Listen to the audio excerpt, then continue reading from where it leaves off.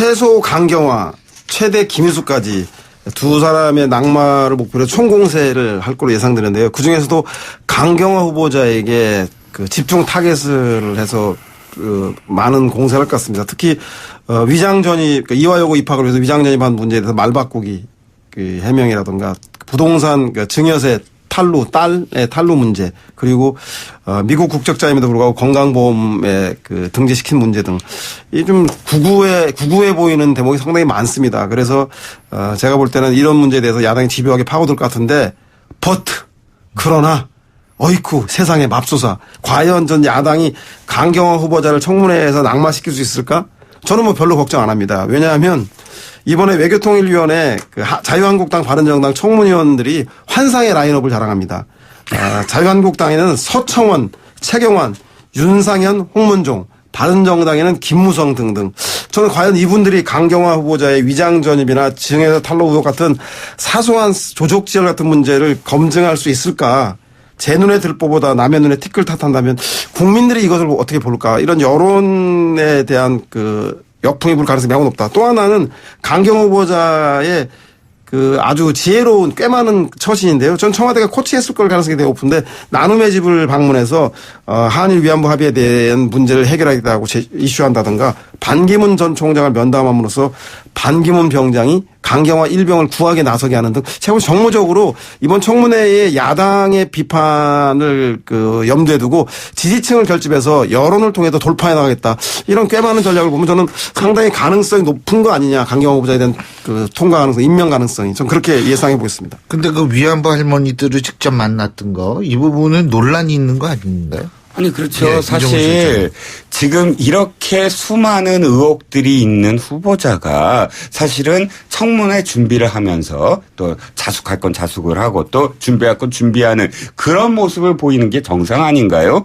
그 위안부 할머니를 만났다거나 또는 또 반기문 총장이나 뭐 이렇게 그 오찬을 함께 했다거나 오찬 함께 할 수 있어요. 그 유엔에서 같이 활동도 했고 하지만 언론에 보도되는 어떤 상황이라는 건 내가 오찬을 했다라고 그걸 이용하는 어떤 부분이 크잖아요. 그러면 이런 행보들이 사실상 후보자의 행보인가요? 난 후보자가 예를 들어서 총리 후보자가 청문회도 하지 않고 총리 후보자로서 뭐 전방을 가서 군대에서 이렇게 장성들한테 보고를 받는다 이럴 수 없는 거잖아요. 그래서 경화 틀리고 저는 뭐 우리 속담에 남이야 전봇대로 이빨을 쑤시든 말든 얘기 드리고 싶은데 왜냐하면 강경화 후보자가 지금 위법을 한 것도 아니고 탈법도 한 것도 아니고 제가 볼 때는 군이라고 하는 그 정부 내 조직이 아니라 민간 기관인 나눔의 집을 방문한 거고 또 그것을 통해서 제가 볼 때 우호적인 여론을 형성하려고 하는 후보자의 자유로운 정책 판단이라는 생각이 듭니다. 특히 강경화 후보자가 사퇴한들 지금 현재 자유한국당 야당이 일자리 추경을 도와주고 정부에 협조하겠습니까? 제가 볼 때는 내부의 그 대선 패배 후유증을 극복하기 위해서 아마도 정부 여당에 대한 문재인 새 정부에 대한 공격을 야당은 멈추지 않을 겁니다. 따라서 제가 볼 때는 적절한 이유와 국민적 해명 없이 빅딜과 정치 흥정으로 그 정부의 인사를 야당 요구에 들어주는 것은 제가 볼 때는 국민들도 납득하기 어렵기 때문에 그렇게 되지 않을 거다. 저는 강경화 후보자가 상당히 재치 있고 깨맞게 대응하고 있는 건 아닌가. 정치인의 입장에서 볼 땐 그렇습니다. 자, 그리고 이번에 인사청문회에서 또 하나 화두가 된 게 문자 폭탄인데요. 야당 의원들은 정치 테러다. 입에 올리지 못할 욕이 난무한다. 그런데 더불어민주당 손혜원 의원은 문자 폭탄 대신에 문자 행동이라고 하자는 건데 이 부분에 대해서 어떻게 보십니까? 이종구 실장님. 이 대목, 이 이슈만 나오면은 제가 이제 좀 지치는데 왜냐하면 저는 처음부터 이 부분과 관련해서는 사실 정치적인 어떤 상도이가 아니다. 이 부분을 미화하는 것, 뭐 문자 행동이든 아니면 뭐 이것이 뭐 정치인으로서는 충분히 이거 감내할 것이라는 듯 뭐 이런 어떤 표현들은 참 대단히 부적절하다고 봅니다. 자, 이번 청문회에서 이런 얘기가 나왔어요. 이번 청문회 최근에 김상조 청문회마저도 사실 문자 폭탄들을 야당 의원들이 받지 않았습니까? 이 행위는 자신의 어떤 표현의 자유를 구가하고 싶다면 남의 표현의 자유를 제어하려 들지 마라라는 얘기입니다. 즉 뭐냐면 청문위원들이 청문회를 하려고 하는데 문자를 10,000통, 20,000통 지난 밤에 받고 거기에 위축된다면 청문이 제대로 되겠습니까? 청문이라는 건 뭐죠? 여든 야든 청문위원이 됐다 그러면 청문위원으로서의 그런 어떤 그 활동을 해야 되는 겁니다. 그런데 문자를 보내는 이유는 뭐예요? 위축시키려는 의도가 강한 거예요. 그거는 처음부터 이런 의도를 갖고 하는데 내가 내 편이 아니라 나한테 오지 않는다 그래서 나 상대편한테 간다 그래서 그걸 미화한다? 저는 이건 진짜 있을 수 없는 표현이죠. 그걸 행동이라고 미화한다고 해서 그것이 정당화될 수 있다고 생각하세요?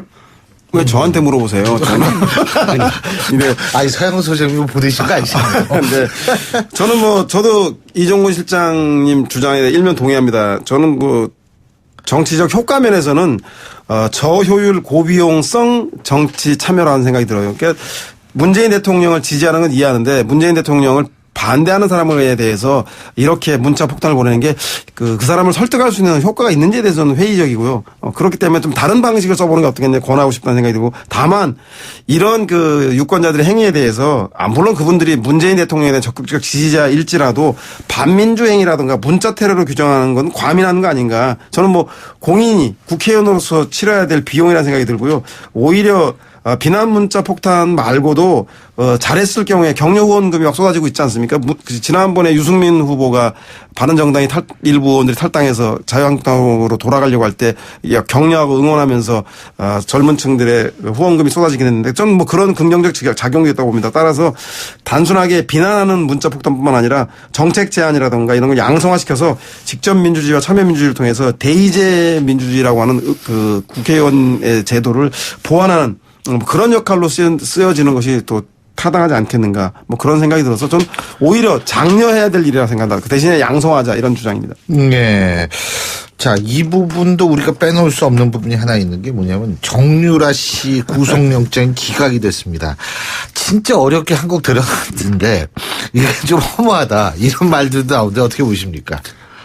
특검이 문제죠. 저는 특검 때부터 문제라고 생각해요. 네. 박영수 특검이 시작할 때부터 자신은 사이비 종교 이 수사도 해봤다 이렇게 표현을 해요. 그거는 최태민 씨에 대한 얘기고 최태민 씨에 대한 얘기는 곧 이 최 씨 일가 최순실 씨까지 이어져 온 그런 이 범죄 수익 그러니까 여러 가지 어떤 그런 재산 도피 이런 것까지 들여다보겠다라고 공언한 걸로 저는 느껴지는데 그래서 왜 신동욱 씨 박근영 씨 남편 신동욱 씨도 소환하고 참고인으로 또 최태민 씨의 아들 그러니까 최순실 씨의 이복 오빠도 소환하고 하지 않았습니까?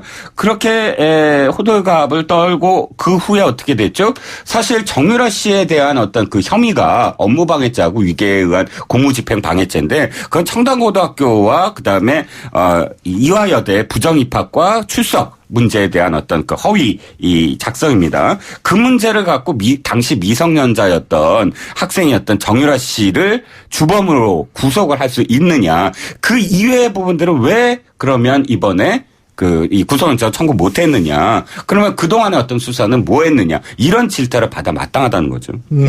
최영훈 소장. 네, 저도 덴마크에서 구금되고 범죄인도 요청에 의해서 정유라를 한국에 보낼 만큼 유죄를 덴마크에서 인정한 것을 한국에서 벌어진 일에 대해서 한국 검찰이 어떻게 정가를 제출했길래 재판부에서 기각 결정이 났는지 좀 따져봐야 될 문제인 것 같다는 생각이 들고 그럼에도 불구하고 난 그런 거 몰라요. 아무것도 몰라요.